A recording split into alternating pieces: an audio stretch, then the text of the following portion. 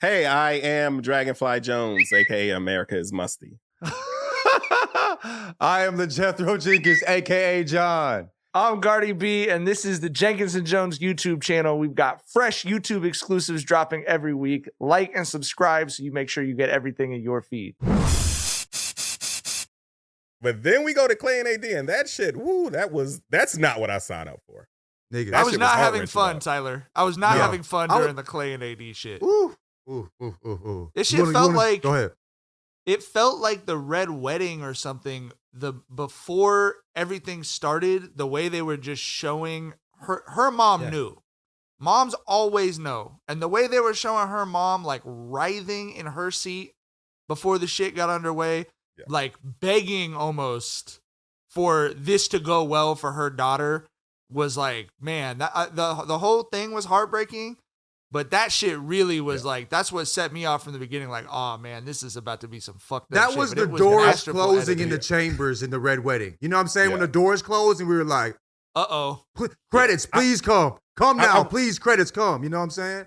I want to discuss like the build before we actually get to that. Yeah, for sure. Yeah. Where AD's there with her family, with her homegirls, and AD has just a beautiful like network of sisterhood for her. They're like, And they was riding too. Yes, She hit them with the signal and they was ready to, we out of here. Yeah. Fuck you mean. Yeah, and her little niece is just adorable. I remember that episode during the wedding dress try-on. She was like, "You look like a princess." Me and Summer fucking melted. So but yeah, and then it was like such a sharp contrast from the loving network that she has, and then we meet Clay's dad.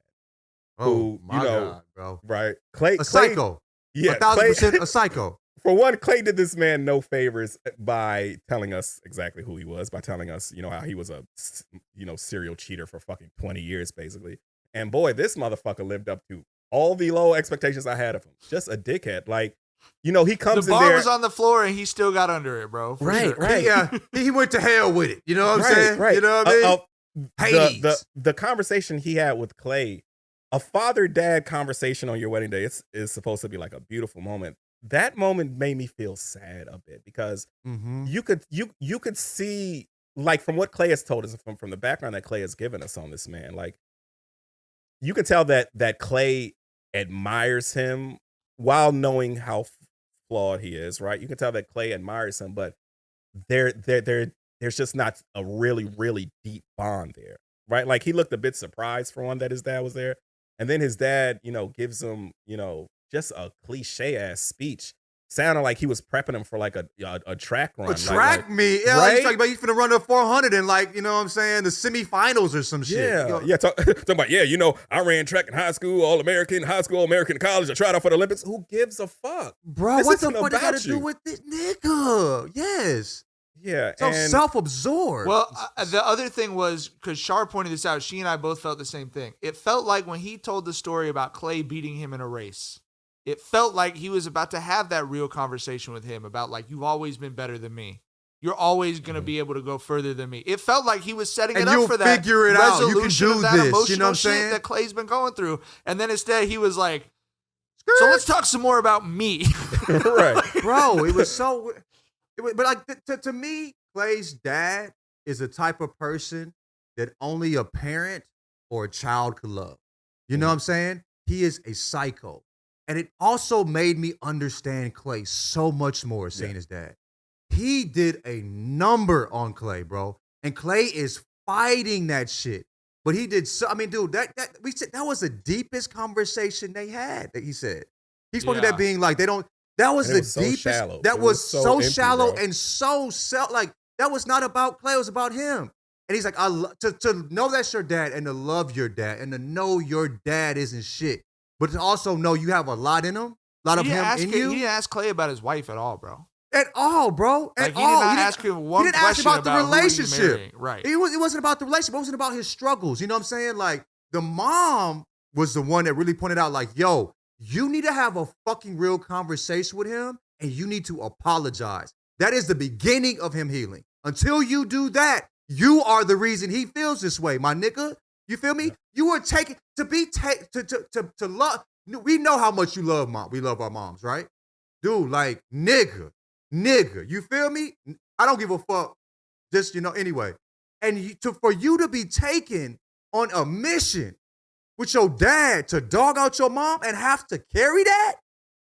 Of course you fucked up. And now we in this crazy situation where he's found a girl that he really fucks with. And he can't give her what he wants to give her because he doesn't have it in him because his dad took that shit. You feel me? His dad took that shit and has never reconciled what he did to his child. And in the conversation at the end, when he talked about therapy, babe, I'm trying to get therapy. You feel me? Like, nigga, that's beautiful and all that. You know what I mean? But this is probably a situation that he has to do alone. He shouldn't even do this in a relationship, let alone in a marriage. You feel me? So I understand his decision, and I think he probably made the best decision for both of them. I fucking hated it, though. And it was heartbreaking because I knew she loved the fuck out of him and she wanted him, and she deserves better than what the fuck he was going to give her. And he knew that. And he didn't want to leave when he left. You saw it in his eyes. I don't want to leave. But he had to because she's like, yo, I can't do this shit. She's done everything she could. He gave everything he could, and it wasn't enough. That's how it felt to me, G. I felt bad for him and her. That shit broke my motherfucking heart, dog. I hated it because they both were in between a rock and a hard place. Seeing the dad showed me that there was no way that this was going to turn out the way they both deserved it to turn out. Because Clay couldn't give her what she deserved, and his dad fucked him up as a young boy. And he has a lot of work to do before he can get to a point where he can fucking be in a marriage and do what it needs to have a successful marriage and be a solid partner. Yeah. Like I said, in that little conversation, I felt like you learned so much about, his childhood and his upbringing with his dad. Like there was almost a childlike fishing of affirmation that Clay was throwing out there that was just not being received by his dad. Yeah. Right. He was just not an emotionally intelligent person enough to affirm him. And if you're not emotionally intelligent enough to affirm your child in a big moment, like before his wedding date, I can imagine how it is on the day-to-day childhood, rearing, motions that they went through.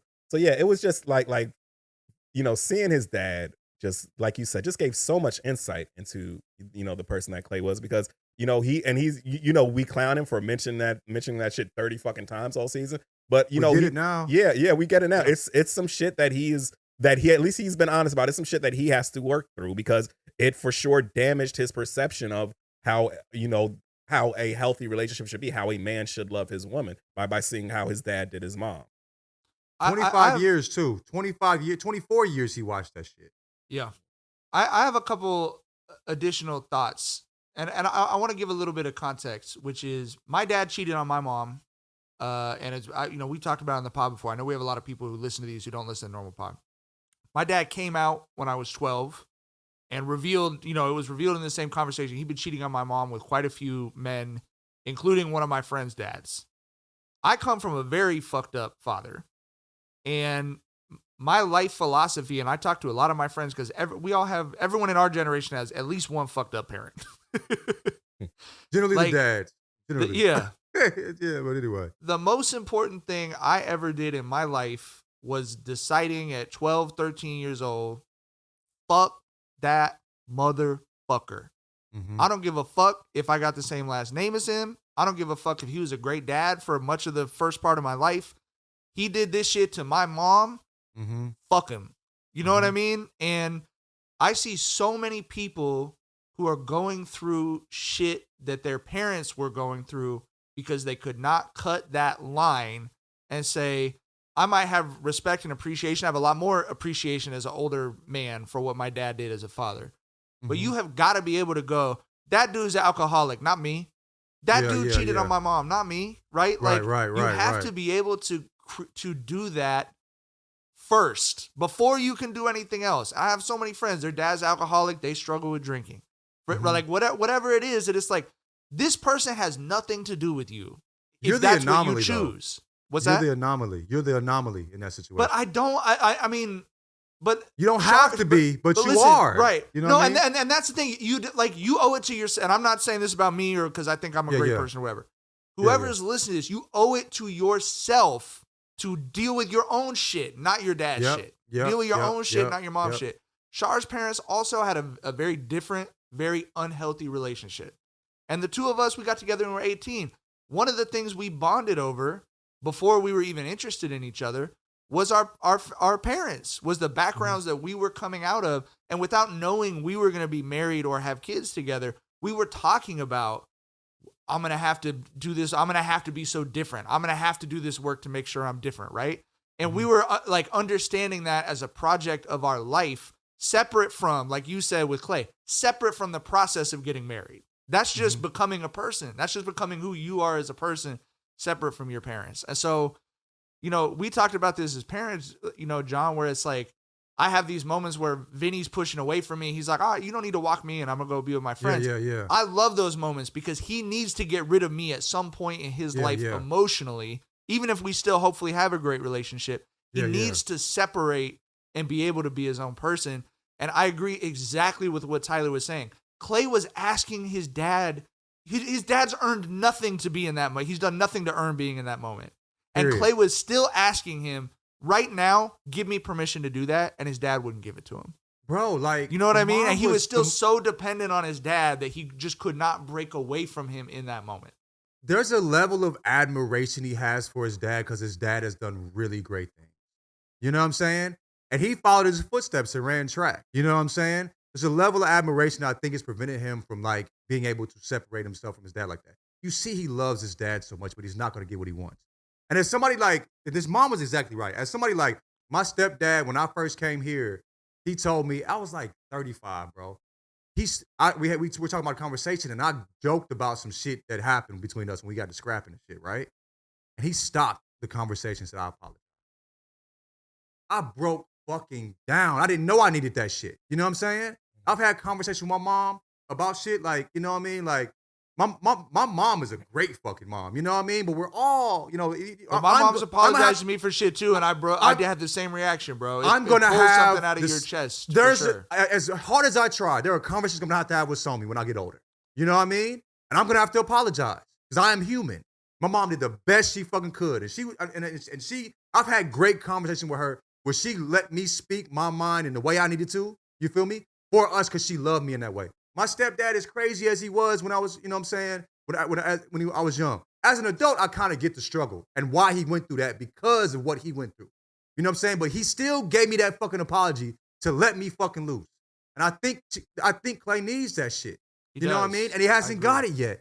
And so, like, for me, I know I'm blessed. I've talked to a bunch of people that have similar issues because, you know, our generation is all similar. You know what I'm saying? We all went through the similar things because they were raising kids the way they thought they were supposed to raise kids at the time. We have different information. We do differently. And they want the apology. They never got that shit. So I'm blessed in that. And I see how healing it can be and how important it is. You know what I mean? When I had the conversation with my mom said it was a year and a half into me getting therapy. And I've been kind of quiet for a little bit. You know what I'm saying? And so she asked Joy, what, she was like, Joy, what's going on with John? It's Joy, you know, she was like, she wasn't supposed to say nothing, but she was like, John needs to have a conversation with you, but he's scared to have a conversation with you because he doesn't want to hurt you. You know what I mean? Because he really loves you. I think she's the perfect fucking mom for me. Actually perfect. You know what I'm saying? Wouldn't change a fucking thing about it. Or the things that were in the past wouldn't change nothing. You know what I mean? And so she called me, she texted me, said, if you have need to have a conversation about anything, let me know. You know what I'm saying? And I could hear my mom on the other end when I was talking to her, fighting her tears. For me, dude. Right. You know what I'm saying? And like that shit, like, and I'm like, damn, G, like, I'm super blessed in that I know how healing that and how important that shit could be. And so even though they had their troubles and sometimes it bled into other shit, you feel me? They were still good people. Right. And I think Clay's dad is not a good person. And that is a horrible situation to be in. When you have a trash ass dad that also is a trash human. And I don't think our parents were bad. I mean, well, you know, we can decide that. I don't think my parents were bad people. I think, you know what I'm saying? My mom was great. My stepdad wasn't the best father. You know what I'm saying? But he was a good person, and he gave me that apology. My dad, you know, whatever. You know what I'm saying? But like, dog, I just feel like we need that type of shit, and it's important. And Clay truly, truly, truly needs it. And we see that shit. We see him fighting, bro. He's trying to be something that he just can't be in the time. And he's doing that in the craziest of circumstances. Yeah. You know what I'm saying? Like not to go Clay's dad here and use a cliche, but you know, it's been said that your scars might not be your fault, but your healing is your responsibility, right? Yep. And you know, we've seen how Clay has addressed how scarred he is. He's addressed how he wants to take steps to better himself, how he wants to get in therapy and all of that, and how he wants to do the work to better himself.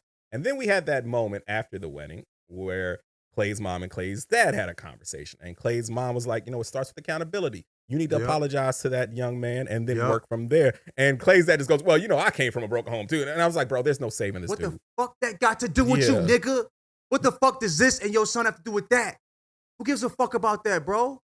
And that's your own child. That's so sick, bro. It's so sick. Yeah. Nigga, I want to put some hands on that. I do not like that man. We got beef, nigga. You feel me? It's crazy. Fuck it's crazy. That old nigga. Bald head ass nigga. Shit. It's crazy Snapping turtle nigga. Cheating on that woman, and you out here looking like a motherfucking tortoise. Goofy ass nigga. That's a track nigga. Not knowing what they got. You feel what I'm saying? So, think you the center of God's gift. Damn, fuck that nigga, man. I hate it, bro. Snapping turtle. Bro, wifey was like, Clay's handsome. I expected his dad to be a little bit better looking than this guy. Bro. I was waiting for him to sink his neck into his shoulders to hide from the fucking situation. You know what I'm saying? Goofy ass nigga. Yeah, man. But it's just that amount of admiration he has for it's so fucked up when the amount of admiration he has for his dad is problematic. It should not be that way. Where admiring your pop and the way he admires his pop is getting in the way of his healing. Like, that's how trash his fucking pops is. Here's the one thing you said that I disagree with, and I want to talk about this. Obviously, all this we gave, that's all the backstory of it. This leads up to a moment where AD walks up. He's doing the good, all this other stuff. Yeah. She says, I do. And then he delivers a speech to her that he should have given her a week ago, right? And so where I'm going to disagree with what John said on he did what was best for both of them was it did not need to be the way that it was. It did not need to be in front of his... Yeah. It didn't need to be in front of all her people. It was clear from the interview at the end of the show, he had no idea what he did. He really thought it was like, hey, and then I'm going to get better and we can keep healing. It's like, no, you just humiliated this woman in front of her family, bro. Like, her family is never going to, her mom walked in like Vito Corleone when she arrived at the wedding, bro. Like, her mom is not going to fucking be like, well, he got some therapy and so now I can forgive him for doing this shit to my daughter. In front of that, like Tyler, you said, in front of that sweet baby girl, bro. That's the lesson you taught that baby girl today, bro. Like, as a man, as a 30-year-old man, I keep thinking of him as 22 because he reminds me of myself at like 22. You're right. I'm going to tell you the exact moment I knew he was going to say no. When AD walks up looking stunning in her wedding dress. Right? Looking like a best case scenario on that television show. Right. And this That's is the woman. That's a date to him. They were on a date. Listen, this is the woman who you are madly in love with, who want to spend forever to her. And what comes out your mouth is, oh, you got that shit on. I'm like, bro, that's what you say when your girl's wearing a fresh pair of Air Maxes, not when this is the love of your life on your wedding day in her wedding dress. You know what I'm saying? He said, okay body was a okay body. Right. Oh, you got that body. shit on. Nigga. Bro, no. And I don't disagree with that the delivery was fucked up. I don't disagree with that. We agree on that. You know what I'm saying? I think the decision was the right decision. The delivery and the time was fucked up. And for sure, he should have had a conversation like Jeremy, goofy ass, Doug Funny, Jimmy, Doug Funny. He at least had the decency to have it. I mean, we talk about his asshole, but it wasn't in front of the family and friends. It wasn't in front of all of America, God and everything, the shit that she loves. You know what I'm saying? He had her as a woman who really seems like a good woman, questioning whether she's like enough as a person, bro. He brought out her insecurities by humiliating her. Right. A very strong, who's been the strong and the rock and they shit. You know what I'm saying? Yes. He broke her down. You know what I'm saying? Because of the time and the time in which he did it, delivery. And the heartbreak for me was he thought, because he's so fucked up in his head from his dad and also like Tyler said, I don't give people the excuse of the dad, bro, because y'all know what I come from and y'all know the type of parent and husband that I am. Like, because he hasn't figured it out yet. He did this to this woman. And he thought, because his brain is so fucked up, he thought he was doing the mature thing and didn't understand till afterwards. He's looking at a woman who, let's be honest, reminds me a lot of his mom, a real motherfucker. And what did he do? He embarrassed her. He made her feel like she wasn't enough. He did the exact same shit to her that his dad did to his mom. And he was so fucked in the head that he didn't understand that's what he was doing, bro. Like that's the part that fucked me up. And so I say to this, when John was talking about getting an apology, my dad's gone. I'm never going to get an apology from my dad. If you're listening to this show, if you're a human being, you have to arrive at a point where you don't need the apology. I guarantee you, Clay's mom never got the apology from that motherfucker that she deserved. You see the shit he's trying to shoot at her where he's like, you need to marry somebody like me. And she said, you didn't treat me right, nigga, but let's not talk about that no more. That nigga's ridiculous. Right. But I understand that completely, bro. Like, the way in which he did it was extremely fucked up. Yeah, when he just first say did yes it, and then get into like she signaled to you she knows you're on a journey. Yeah, and she's but comfortable being with you through you don't that. have to do that. You don't have to do something you're not comfortable with. Right. So if you're not comfortable with that, say it before. You know what I'm saying? Like you said, do it a week ago. Or once that's she's the up healthy there, way. Say yes and then talk about it after the TV cameras are off, dog. I think right. I think yeah. Before you actually sign the papers, you feel me? But like, I don't think she was going for that bullshit either. You can't play no manipulative shit with her. AD ain't about no bullshit. You feel me? So I think you had to be real with her up front. And I think they had conversations early, but he never got to what he should have said at the point was like, I'm not ready to do this. You know what I'm saying? And he thought that because he has that mindset where I can get it all the way to here and I can fix it. Nigga, you can't fix what you did. That's not fixable. And she straight up said, there's no way we're coming back. And people were like hoping. I'm like, nah, she seemed like she was set. And she told him from jump, like, yo, if it's a no, it's a no. I'm trying to get married now. But also she put so much effort into that nigga in that month. She put a year's worth of effort into that nigga. You know what I'm saying? And it's just like, yo, I'm just supposed to sit and wait for you to go through therapy? I don't think she should take him back. No. You know what I'm saying? Outside of the humiliation, I don't think any person should wait on any person healing to figure them out, to figure themselves out. You shouldn't put your life on hold for nobody. You feel me? Like I think people are riding with I think people understand Clay because, you know, that's a rational thing to do. You're not ready for it, so, you know, let's not, you know, drag this shit along. But the whole premise of Love Is Blind is you have to be a bit irrational. Right? Like Clay basically went up there. Show. Right.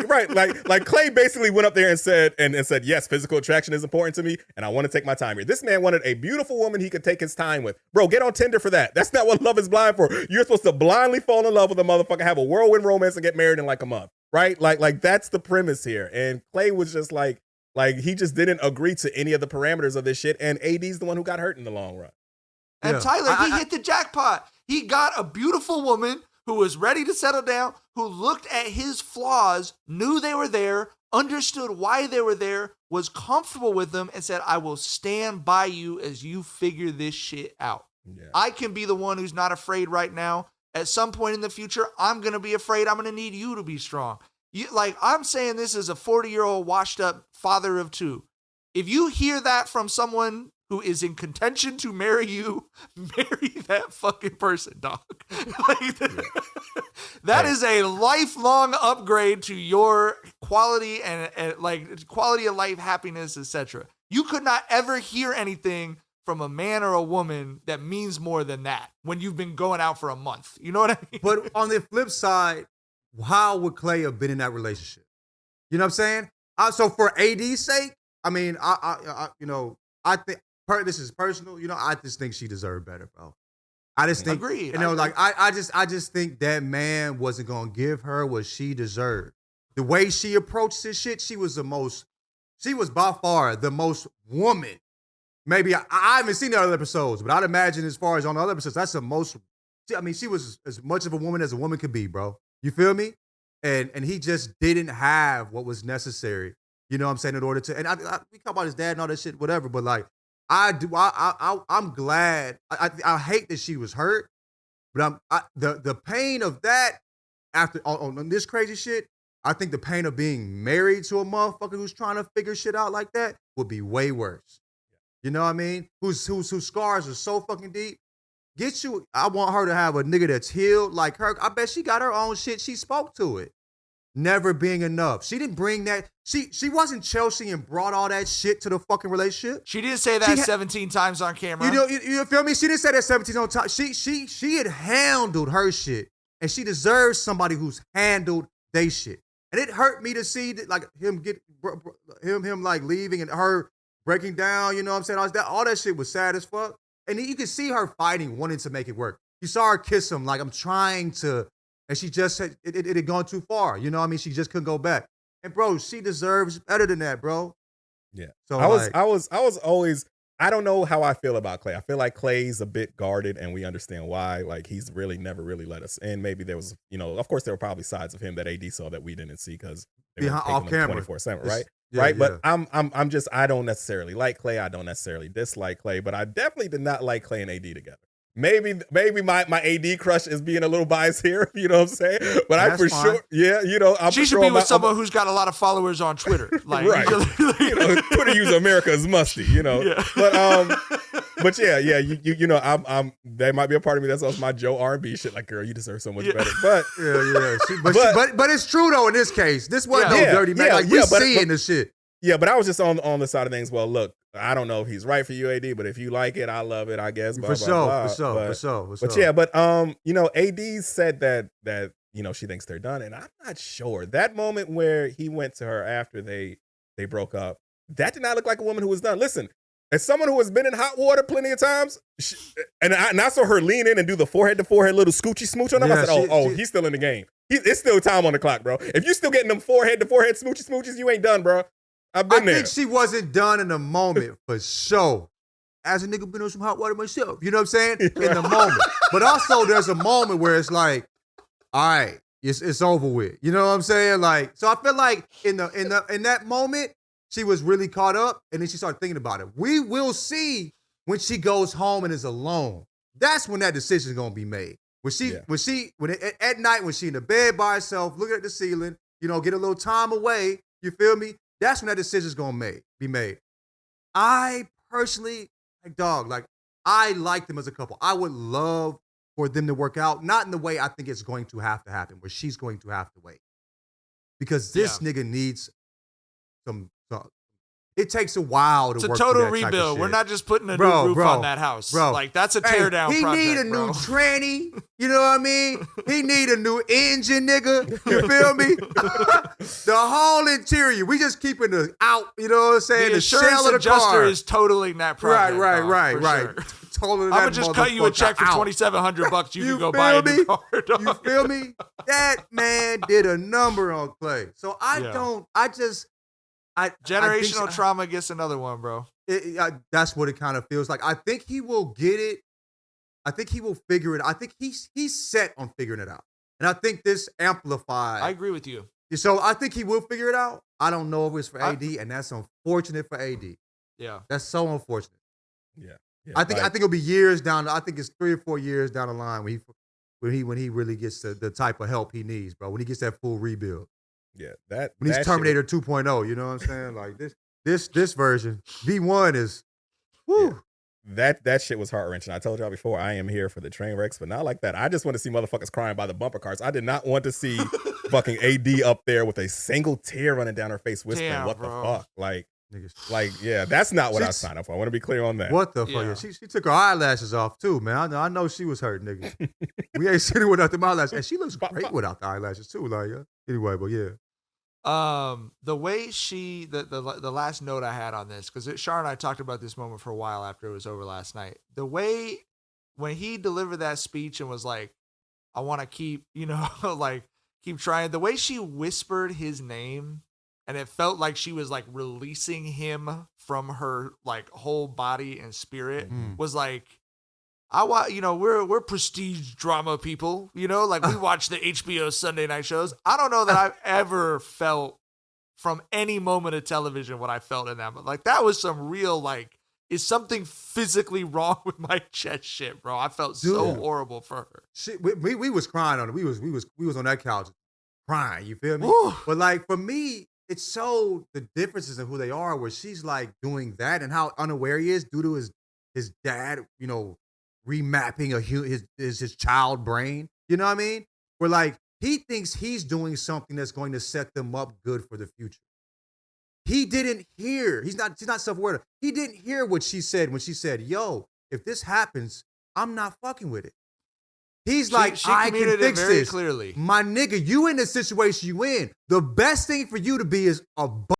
And to be a buck, not when you're humiliated, like you pointed out. You know what I'm saying? And he didn't operate that way. That's why I feel like, dog, like I feel like she gonna sit and think of taking it. When you're in love, you ain't taking into account the day-to-day. You know what I'm saying? But when she breaks down all the conversations they had and all the times he talked about his dad, for a month, do I really want to go back to that shit? Like, this nigga gonna need therapy now? I signed up for this. And she said, a waste of my fucking time. A woman feels like you wasted her fucking time? I'm sorry, bro. It's hard to come back from that. So she gave him a little forehead kiss. That might have been the kiss of death, nigga. You feel me? That might have been a finishing move. We will find out. Love is odd. Let's we will find out. Get in on the action with DraftKings Sportsbook, an official sports betting partner of the NBA. New customers who deposit $5 or more can get a no-sweat bet up to $1,000 back in a bonus bet. Bron and the Lakers are looking a little better, so I'm excited to see how they do coming out of All-Star break with some big games against the Warriors and the Suns coming up. Download the DraftKings Sportsbook app now and use code Jenkins. New customers can get a no-sweat bet up to $1,000 if your first bet loses. Only on DraftKings Sportsbook with code Jenkins, Jenkins. The crown is yours.